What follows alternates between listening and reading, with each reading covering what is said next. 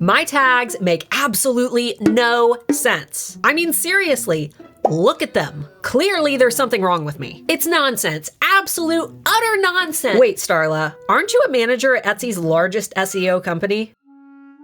I am, and because of this, I constantly have sellers asking me why my own tags look like this, while I still claim to be Etsy's biggest SEO authority on YouTube. So today, I'm breaking down exactly why my best tags are absolute nonsense, and why you should use this strategy in your own shop as well.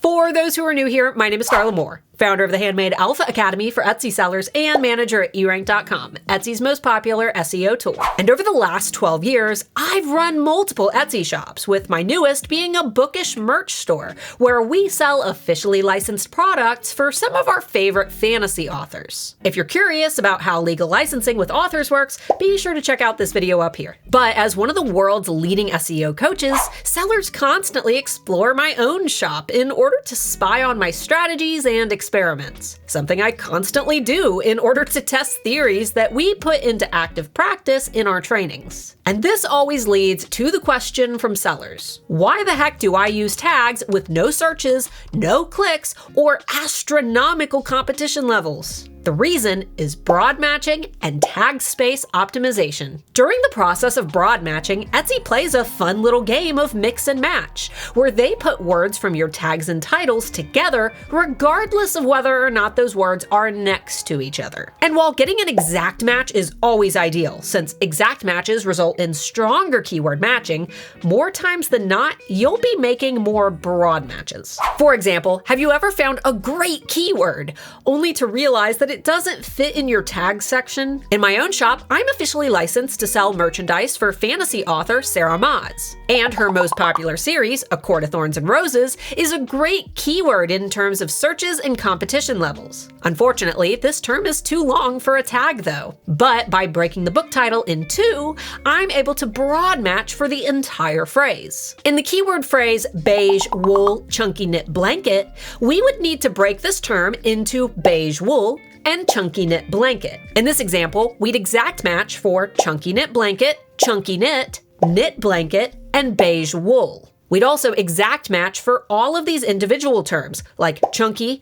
and knit and blanket. These are our strongest keyword matches because these terms are contained within single tags and they're right next to each other. But we'll also make a ton of broad matches, including wool blanket, beige knit blanket, wool knit blanket, chunky blanket, beige chunky blanket, and so on. But that's not all. Broad matching also means that optimizing every character possible within single tags can help you to cast a larger net. This means that in our beige wool and chunky knit blanket example, we wouldn't need to enter any of these terms again, such as throw blanket, because we already are broad matching for the term blanket. If we wanted to broad match for the terms cozy blanket, couch blanket, and throw blanket, we could simply enter the nonsense tag cozy couch throw. If you were to analyze this search term, it would essentially look like a bad tag. In reality, it's a bridge between multiple tags. It's a nonsense tag that serves as a broad matchable set of phrases